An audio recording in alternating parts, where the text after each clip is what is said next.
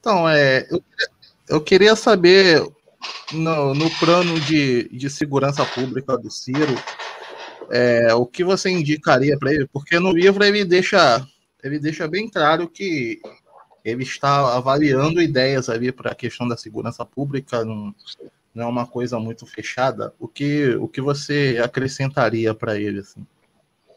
Olha, acrescentaria muita coisa. Acho que o tema da reestruturação das polícias é fundamental. Porque, repara, Ricardo, a gente não vai conseguir, né, fazer algo novo mantendo estruturas arcaicas. Eu parto desse princípio. Sempre se tentou, né, modificar os rumos da segurança pública no Brasil através de projetos, né, segurança cidadã, né, PRONASSE, eu não sei mais o quê, mas as estruturas das polícias, né, foram mantidas, né, da mesma forma. A Polícia Militar, a Polícia Civil são polícias bicentenárias que mantêm estruturas organizacionais conservadoras e que não permitem que a polícia se redemocratize. O exemplo que eu dei anteriormente é clássico. Como é que a gente permitiu que uma polícia militar, dentro dessa estrutura que nós comentamos, né, que foi colocada nas ruas durante a ditadura militar, se mantivesse, né, através da Constituição de 88?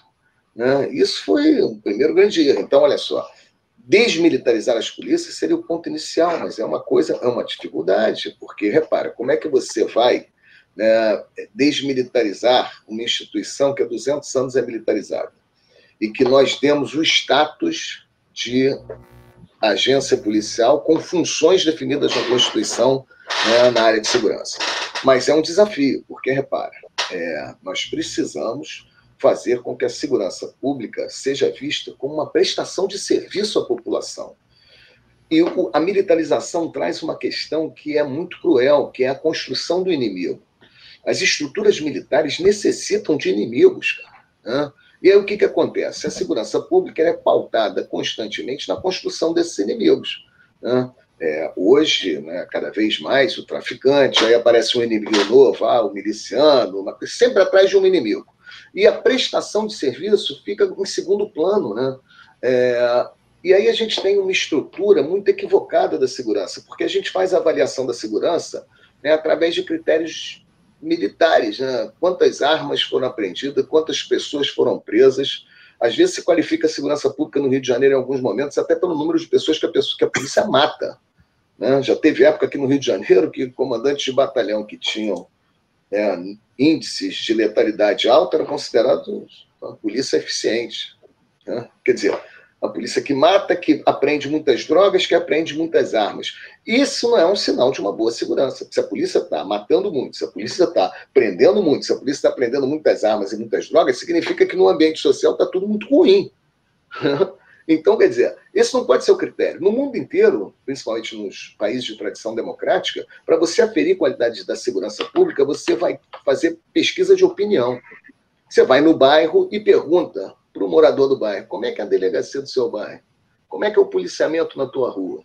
E aí, esse cidadão, porque ele é o destinatário daquele serviço, ele vai dizer se a segurança é boa ou não. Não interessa quantas prisões a polícia está fazendo, não interessa quantas armas a polícia está prendendo, pelo contrário, isso pode ser até um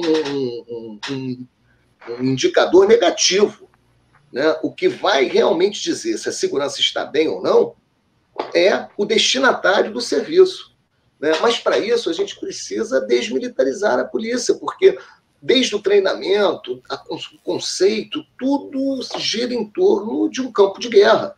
Aqui no Rio de Janeiro a gente tem coisas vergonhosas, e aí a gente vai ter que mudar essa mentalidade, inclusive nas polícias civis, porque nós vamos desmilitarizar a polícia militar, mas nós vamos ter que construir porque as polícias civis estão militarizadas também no seu imaginário. Aqui no Rio de Janeiro, por exemplo, o estádio de tiro da Polícia Civil na Cidade da Polícia é uma favela cenográfica. Tu imagina o que é isso? Policiais vão treinar tiro numa favela cenográfica, como se a favela fosse o lugar, né, dos confrontos, né, do enfrentamento armado. Quer dizer, aí a gente cai no vazio, porque ninguém está discutindo, né, a questão do tráfico, como os países centrais hoje estão fazendo. né? Estão legalizando a maconha para quê? Para transformar aquilo num grande negócio, como eles já estão fazendo, e a gente foi esse papo que eu tive com o Ciro. Eu acho que a questão da legalização das drogas, por exemplo, é uma conversa completamente palatável no Plano Nacional de Desenvolvimento. Por quê? Porra, canabidiol, olha que absurdo. Porra, as indústrias dos Estados Unidos, Inglaterra, Canadá, estão vendendo como ouro um vidrinho desse tamaninho, com umas gotinhas, que aqui poderia estar custando para o consumidor R$300 e que são vendidas para a gente por R$2.000, porque tem que ser importado. Então, pô, se a gente já autoriza o consumo, por que a gente não desenvolve uma indústria, né, da maconha medicinal Pode entrar no Brasil? Complexo Industrial da Saúde, né? Pode entrar no Complexo Industrial da Saúde do Ciro. Por aí que vai, entendeu? Aí a gente vai ter que... Primeiro a gente vai ter que mudar a concepção da segurança, mas é difícil. Por quê? Porque no mundo inteiro, não só no Brasil, mas no Brasil, principalmente, que a gente é laboratório das piores coisas que acontecem no mundo, segurança virou um grande espetáculo. Por quê? Porque segurança pública é um dispositivo de manutenção das relações sociais. Para isso que serve segurança. Segurança serve para manter as coisas como elas estão, né? Inclusive nas suas desigualdades, né? E às vezes ele é um vetor, inclusive, de ampliar as desigualdades. Por exemplo, sistema penal e encarceramento. Nós temos 800 mil presos no Brasil. Quem é que está preso no Brasil? Os pobres, porra. Ah, mas são os pobres que cometem crime? Aquela jogadora de vôlei falou essa besteira? Não. São os pobres que são escolhidos para serem criminalizados. É outra história, né? Porque praticar crime, muita gente pratica. Agora, ser identificado, rotulado e preso, precisa de uma seleção. A gente estuda isso na criminologia como seletividade punitiva. Essa seleção, ela vem... E é fácil da gente explicar. Dos 800 mil presos no Brasil, eles estão presos em 3, 4 crimes. Você não consegue encher 2 mãos com os crimes que levam a pessoa para o cárcere no Brasil. Entre homens, roubo, tráfico e homicídio. Roubo, tráfico e homicídio é quase a metade dos presos, né? Aí entra mais um pouquinho lá, sei lá, Maria da Penha, um estupro. Não vai. Você está entendendo? A seleção já começa quando o sistema escolhe quais os crimes que vão levar uma pessoa para a cadeia. E o tráfico é o carro-chefe, porque a coisa mais fácil que tem é prender alguém no tráfico. Você pegou um garoto negro, perto da periferia, e apresentou, não precisa nem estar com ele, é só apresentar ele na delegacia com uma pequena quantidade de droga dizendo que estava com ele, acabou, está preso, como traficante. Então, quer dizer, nós precisamos tentar, né, fazer com que a segurança se transforme, né, em algo que não seja essa máquina, como diria o Darcy Ribeiro, né, de moer gente, né, que é isso que a segurança pública se transformou. Mas a gente tem que mexer nas estruturas. Então, eu falei da desmilitarização, mas a gente pode falar de outros 2 tópicos que são muito importantes. Primeiro, a carreira única nas polícias. Isso é fundamental. No mundo inteiro, o policial entra na base e ele ascende ao comando da corporação com o passar dos anos, com a experiência que ele vai adquirindo, ele vira um dia o comandante da polícia. No Brasil, não. No Brasil, você tem 2 estamentos, assim, 2 castas, que têm uma entrada separada da base. Ou seja, os cabos, soldados, aspirantes, né, os praças da Polícia Militar nunca serão comandantes da Polícia Militar. Porque para ser comandante da Polícia Militar, ele tem que entrar pela porta de cima, oficial. Uhum. E na Polícia Civil a mesma coisa. O inspetor, o detetive, aí são várias designações, né? O investigador, o oficial de cartório, o escrivão, nunca serão chefes de polícia civil. Por quê? Porque para ser chefe de polícia tem que entrar pela porta de cima, que é do delegado. Então, isso é um modelo autoritário que serve e realiza funções autoritárias, porque o poder político tem as polícias na mão, negociando só com esses grupos. Aí você dá benefício para os delegados, para os oficiais e mantém a tropa toda, né, na rédea. Isso também é ruim, porque eu lembro do primeiro plantão que eu dei na delegacia aqui no Rio, tinha acabado de passar no concurso da polícia, só tinha estudado direito para ser delegado, porque você só exige do delegado conhecimento jurídico. Aí passei no concurso, aí veio uma pilha de registro de ocorrência lá em Jacarepaguá, Ricardo, na antiga 32ª DP, lá na Taquara. Uma pilha de ROs que eram datilografados, e a gente fazia o despacho a caneta, na época com carimbo. Pá, caneta e carimbo, bom. Quando chegaram os ROs, eu não sabia o que ia fazer. Ué, o que eu vou escrever aqui? Ninguém tinha me ensinado a minha atividade. Aí eu olhei para um policial que estava próximo, devia ter uns 20 anos de casa, que a gente chamava de cascudo, pedi ajuda. Falei, pô, você podia fazer um favor? Me ajuda, o que eu tenho que escrever aqui? O cara sentou e começou, doutor, aqui só escreve isso, aqui só escreve... Só que naquele momento eu ganhava 4 vezes o salário dele, né? E eu era o chefe dele. Só que ele estava me ensinando tudo que eu tinha que fazer. Quer dizer, esse sistema, além dele não existir em lugar nenhum no mundo, né, ele é completamente autoritário e tem funções, várias funções, né, que são terríveis, né? Essa coisa de você dar formatação jurídica a ato de polícia. Isso não é democrático. O que acontece? É o chamado inquérito lá dos autos de resistência, aqueles inquéritos que são instaurados quando o policial mata alguém. Quem é que vai dar formatação jurídica para aquilo? O delegado. O delegado vai escrever a legítima defesa no inquérito para... Isso protege o juiz e o promotor, que aí eles... Se o delegado falou, se der tudo certo, né? Ok, se der merda, foi o delegado. Aí protege o juiz e o promotor de meter a mão na sujeira. Né? Porque, é lógico, o juiz e o promotor não podem meter a mão na sujeira. Estão lá nos gabinetes, né? Perfume Kenzo, 20 graus, no ar-condicionado, terno Armani. Eles não têm que se meter nessa sujeirada que está sendo feita nas ruas. Muito embora eles participem da política. Foi isso que eu estudei no doutorado. Porque eu fui estudar os pedidos de arquivamento dos inquéritos. Por isso que é indignos de vida a forma jurídica da política de extermínio de inimigos na cidade do Rio de Janeiro.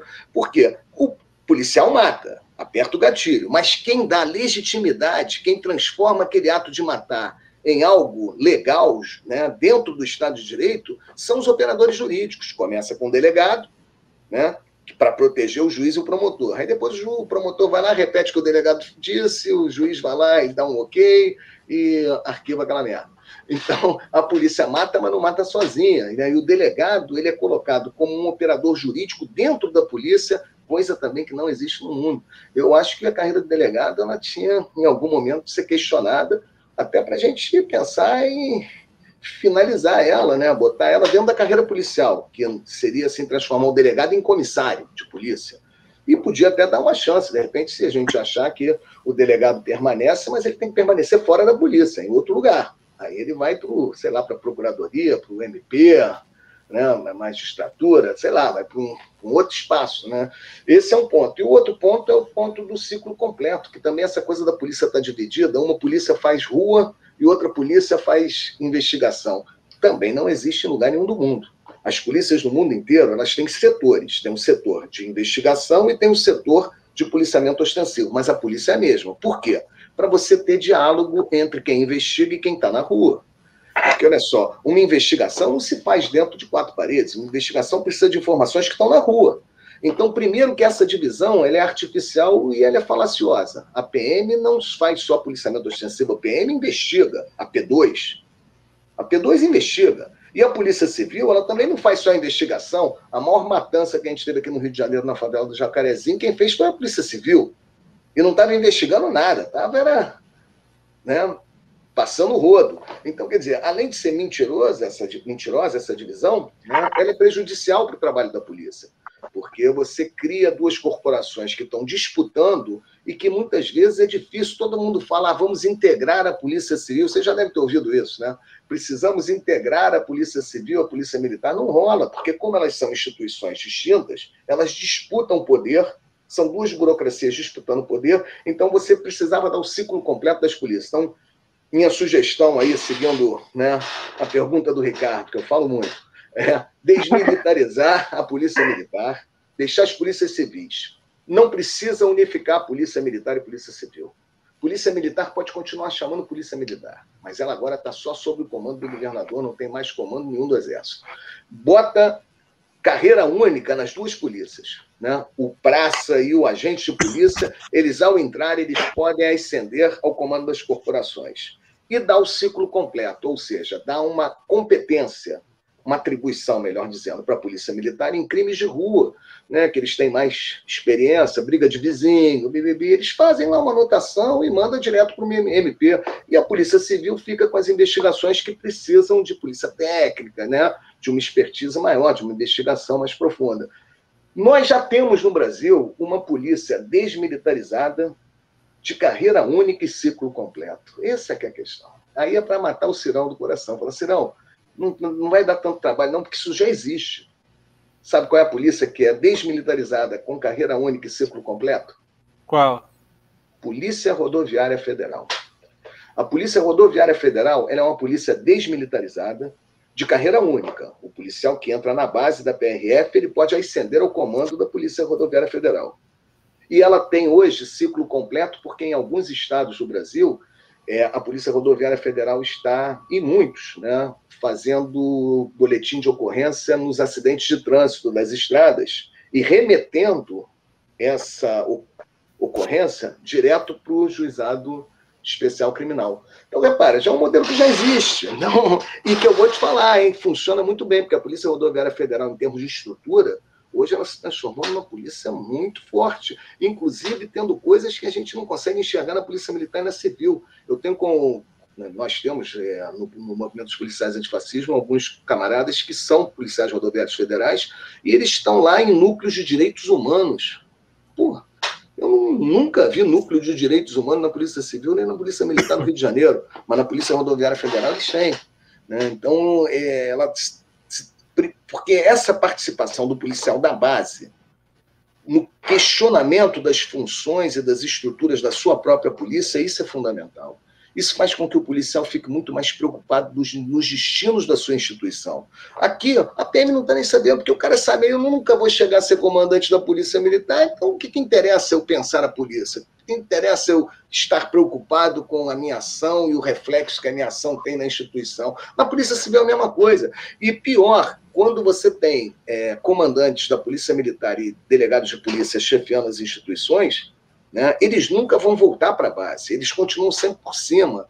Então, eles trabalham as instituições muito mais em causas próprias, né, das suas categorias, dos delegados, do que das instituições. Né? Na Rodoviária Federal, não. O cara que é superintendente da Polícia Federal, acabou o tempo dele lá, ele volta para a base. Então, ele tem que ter muita preocupação com o que ele está fazendo com a instituição, porque ele sabe que o tempo dele terminando, ele volta para a base da instituição. Então, esses assuntos, entendeu, Ricardo? Acho que a gente tem que conversar com o Ciro. Lógico que ele não vai dar conta disso tudo, de uma vez, né? Mas eu acho que fomentar o debate, né, dessas coisas, principalmente do ponto certo do debate sobre desmilitarização, né, para que a população passe a entender, né, que a polícia não tem que estar, né, subordinada ao exército, né, porque policial não pode ser soldado.